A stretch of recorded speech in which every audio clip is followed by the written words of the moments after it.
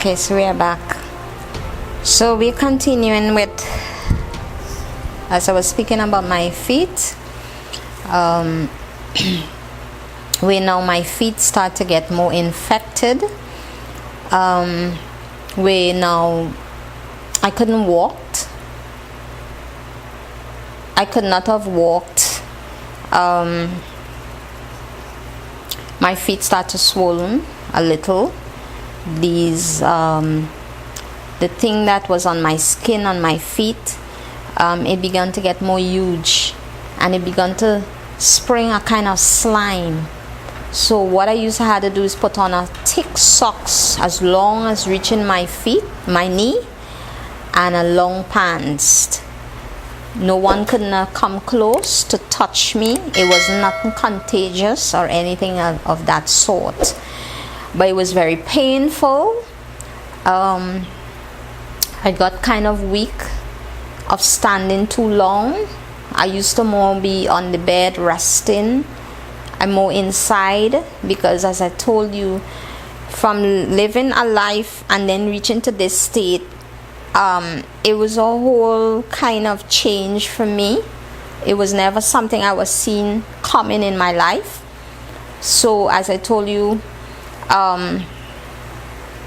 the stuff that the skin doctor gave me, it worked for a period of time. Now we end up at other different skin doctors where they couldn't understand what it is. None of them never knew where it coming from. They're saying something in the air.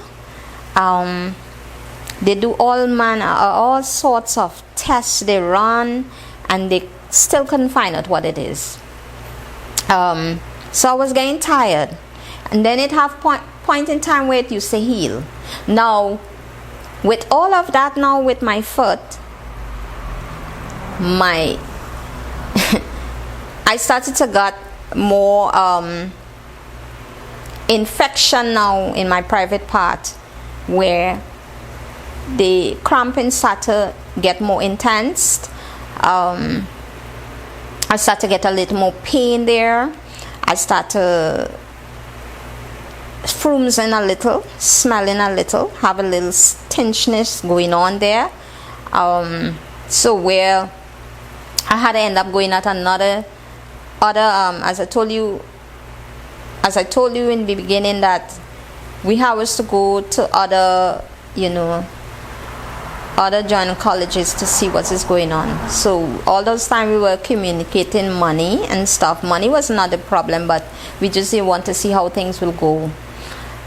Eventually I end up at other doctors, and there was this one particular doctor that he took me, because it was like over 3 different doctors, and the last one, during the period of time that I going about my life, the last one is where he take me to this woman joining college, and she's the one who was not pleased. She be frank, she be straight up, she speak the truth. She was actually like a Christian, so she was very bold, and she know him because he said, I'm gonna take you to one of our family doctor. So I was going to somebody who he know. So when this woman call up my name, and I went into the room, and she examined me. She said, how old are you? And of course she see my age, but she asking me again. I explained to her, and she said, darling, how much children do you have? And I said, I have 2. She said, listen to me, do you want to live to see your 2 kids? And I said, yes. Now this is where I get a little frightened, because I was like, where she's going with this? So tears start to fall out my eyes, like, am I gonna dead or something? And then she was like, stay like that, don't come off of there. So they had me in this thing, and she said, stay there.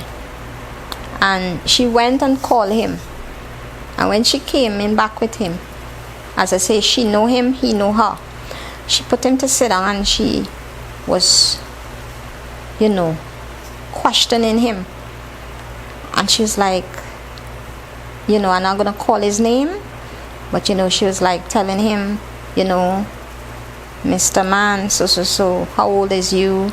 And she said, listen, you still caring about this kind of lifestyle? And she was like, listen, this young lady here is one of the 5th person I have come across like this.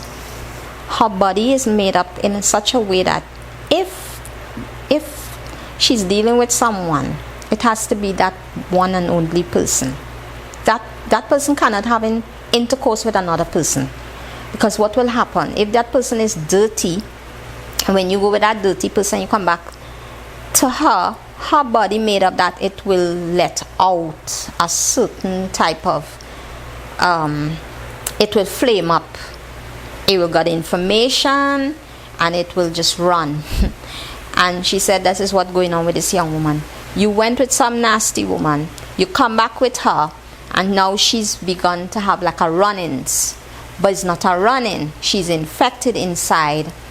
And I'm gonna see what I can do, because it's kind of got a little further. And she asked, how long did I do that pap smear? So I told her, and this was like, let me say, to the last time that I had that pap smear before going back to her. Let me say it could be like over to probably, let me say, 8 months. And when he do take me back to this woman, this is what this woman pick up. So she picked up something totally different. She didn't pick up what the first one saw, it was the size of an egg. She picked up where my uterus was like, it was inflamed, and so her advice was to me, when she gone to pressure him, and she was very angry with him, because apparently like this was his lifestyle, and he was bringing young women there. So this is how I get to find out that I was not the only one, but mine was a different, that she said my body made up in such a way that if it go with somebody dirty, automatically I will flame. And I was the 5th person she come across like that. So she gave me some treatment, and she gave me some antibiotics, and I believe some Panadol, because of the pain. And she told me that she was very stirred with me. So she said, young lady, if you love your 2 children, you will close your legs. Close your legs and live for your children, and live for God. Because madam, you are smelling, you information is pouring out of you, and for your age this is not good. Nothing of this sort was going on with this gentleman, only me. Nothing. All this time nothing was happening to him, just me. So I got angry, because I was like, what did I got myself into? One thing to another. Eventually, what happened is that she told him that he lived half of his life already, and he should leave me alone and let me live my life, let me pick up my life from there. But like I said, he always the one who always pushing for we to carry on this relationship. I was always willing to end it, but he always finding a way for me to come back. With this part, it got me so scared that I didn't want to intercourse with him. So when we reached home, I asked him a question, and I said, to be honest with me this time, did you had sexual intercourse with your people? And he said, yes, I did. I said, how long? He said, from the very day I left you and I went home, I had sex. I said, please tell me, how long was that? And he said, okay, it was just 2 days before you start to flame up back again. I said, 2 days? So you were if it was AIDS, so then you didn't carry me down. You didn't care about me. You just selfish. You just studying sex and that's it. You didn't care about my life.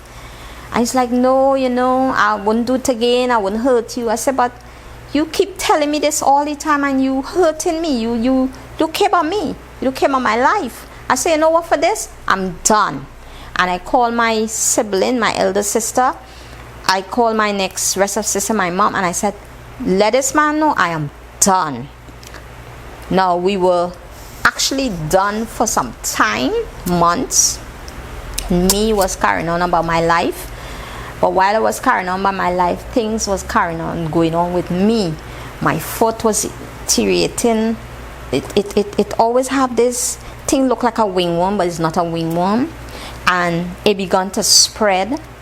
And, as it affect the other foot, it was going on like that for time. Now this thing at the left side of my foot, it will stop for a couple months, and then it will heal up so good that you wouldn't believe something was there, and then it will flame up back again. Whatever it is, it will just flame up back again. So life was just going on like that, as things get intense more and more, I began to stench more, like smell rotten. I began to smell myself. I will now come out of the bathroom and I will literally smelling like something dead in the room. And I will like searching all over, like, where is scent coming from? Why everywhere I walk this scent is following me? And I kind of like trying to stay away from everybody. I always lock up in the room because I don't want nobody to smell. Like, I start to feel embarrassed, shame. So I always in the room. And my mind was always over the place, like, just angry how my life was going from all ways. I always never had a good life. It's always a trouble I was going through I don't know for what reason. I'm trying to do the best I could. With that, as time go by, I began to stench, real stench. Yes, have this stink scent.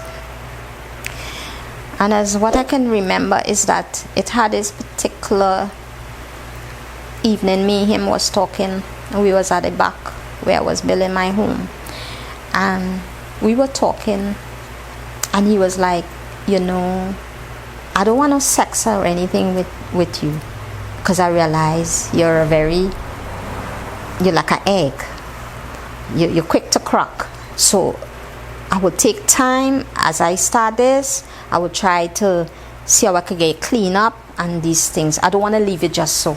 I want to make sure you're back to your normal self and these kinds of stuff. But it wasn't nothing like that, because I was far gone in whatever it is. His people was done attacking me spiritually. So we talking, and we carrying about, and he's saying, how you feeling and stuff, and I'm telling him, I'm not feeling myself, I'm getting this pain and stuff. Until, as I can remember, he said, what's smelling so? So I say, finally I felt relief. I know I was not going mad. So when he said, what's smelling so? I said, how it smell? How really again this scent? Like, how does it smell? And he's like, something smelling like a dead rat, like something dead. And I watched him and tears fall out my eyes, and I said, it's me. And he said, what? And he said, from you? I said, yes, it's me. I always telling you, I'm smelling myself. And he was like, nah, this is over outer reach. I had to seek help for you, Gil. So I said, what we gonna do? And he said, no, I know somebody. I will take you to somebody. Don't worry, it's not an Obia person. It's not anybody of Obia or anything. It's a good person. This person deal with my sister. And this person is good. This person is a godly person. This person does help people. So all that time, as I told you, I didn't eat in. I get small, I get pale. I lost appetite. My weight, I get more small. As if I walk from 2 steps, I feel like breeze blowing me because I get small. Anything I eat will bring up back. I was going through like a period of fasting spiritually and didn't even know, because the only thing could have stayed on my stomach was coconut water and water. Nothing else could have stayed on my stomach.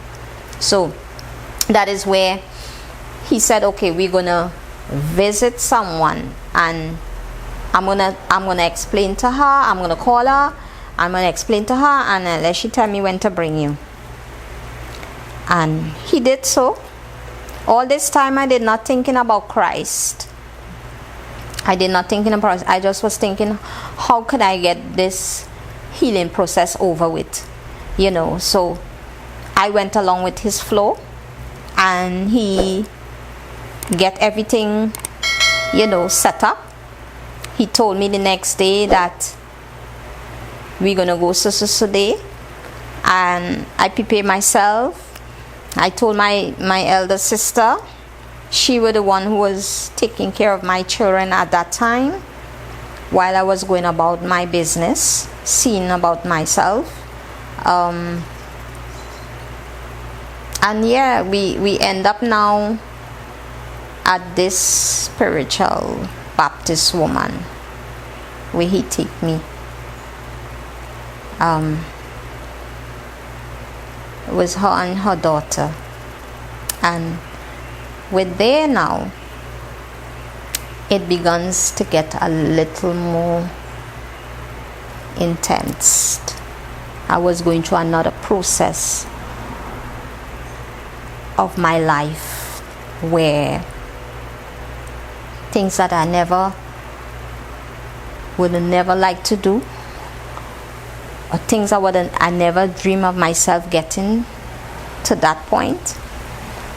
But we end up there. When we end up there, he take me there, when we in the car, I was in the car. He went out to meet the woman at the gate. When he went out to meet the woman talking to him, but while she was talking to him, she was kind of warning him in a kind of way, like, you know, it's as though she fed up at him. But as we going along my journey of my testimony, you will know that I was not the first one. I was just the one that gave my life to Christ. But anyhow, she was warning him and stuff, and at that point I could have watched, I read in her lips, like, you know, she's telling him, no, I'm not doing anything for you again. I'm not doing anything for you again. You don't listen. So I'm like watching the movements. I'm like, why this woman behaving so with him? Eventually she come, when she get a little closer, she reached to the car door, and I pulled down the glass window, and she said, hi young lady, how are you? And I said, I'm okay. She said, how you feeling? I said, not so good. She said, okay, come out the car. She said, you know what, I will help you. Come out the car. So I said, I can't really move, like, and then he said, no, we're gonna have to help her out. So the woman realized it was that serious, and they both held me out the car and take me in to her place where it all started. And we was there. She take me up into her gallery, and she and her daughter start to question me, in, you know, like asking, you know, allow me to talk my part of what all that been transpiring with my life. And I explained to her all that is going on. With that, now she shake her head, and she and her daughter watch each other, and then they say, okay, you see that building right there? We are going to take you over there. So I said, okay. So she said, don't worry, don't be scared. All this time I'm very scared. So she said, don't be scared. We are going across there, and we're going to talk a little more. And they take me across there. Me and him went. She and her daughter, and they all went with us. And that is when she carried me in the church. And she told him to stay outside. And she told me, I and you alone will be in this building. And she put a chair facing her. And she said, listen to me. I want you to watch me in my eyes. And I don't want you to sanction no word. I will tell you everything what is going on with you. And I don't need you to tell me anything. You just listen what I have to say. So I did so. And this woman, because remember I was talking to Shinsha's daughter in her gallery, so she didn't want to know anything else. So she told me now this is her time to talk. And this woman began to say some stuff. And she said some things to me. She said, young lady, they hurt you. What they did, she said, you see him? Cause she locked the door, she locked the window, locked everything. So he can't hear what we're doing. He just watching at the window, looking in to see what's transpiring, what's taking place. But he couldn't know what we're talking. He just seen action. And she said, don't mind him. You pay attention to me. She said, you see that gentleman out there? He think he bring you here, but it's you bring him here. So I was like, what was she talking about? She was like, I know you will not understand now, but really is you bring him here, and he think he bring you here. She said, let me tell you something. I know you. Me and my daughter know you. So as she said, don't talk. So I listened in her. She said, they fixed him, but don't hate him. He's stupid. Don't hate him.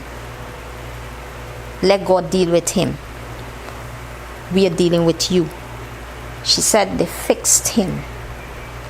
They went to the cemetery and they do their little enchanting, and they get some cemetery dirt and whatever, and they put him in a trance, and they prepare him private parts, so that when he come to me and have sex with me, nothing will happen to him.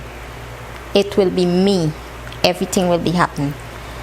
And what they have prepared is for me to rotten inside, gut cancer, which is bone cancer, and die slow, painful death. So just a little emotional getting, but I'm good. So with that, they told me, but it's not bad. It didn't reach that worse because of my praying. As I told you, I began to develop a habit in praying a certain time of the day and night. I will get up and pray. I will always praying and repenting.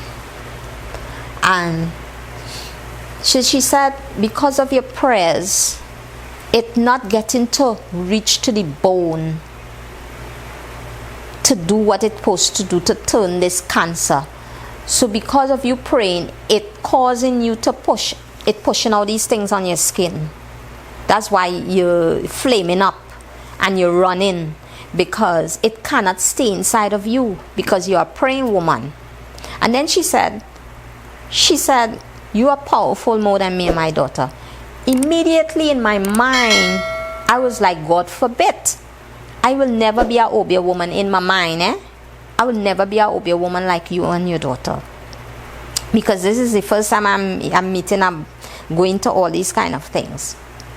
So she was like, in that space of time, I'm thinking all these things. She was like, I know what you're thinking, but don't worry, you will not understand now, but in time to come, you will understand who you really are. You are more powerful than me and my daughter.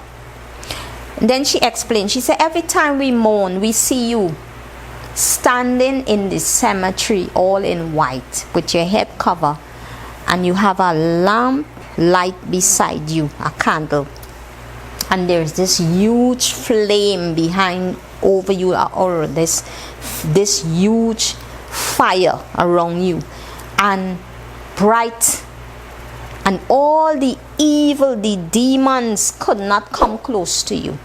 It's as though you always standing at the front of the cemetery gate, right there to enter. You are always there. So we know that you were somebody that where they call the dry bones of the valley.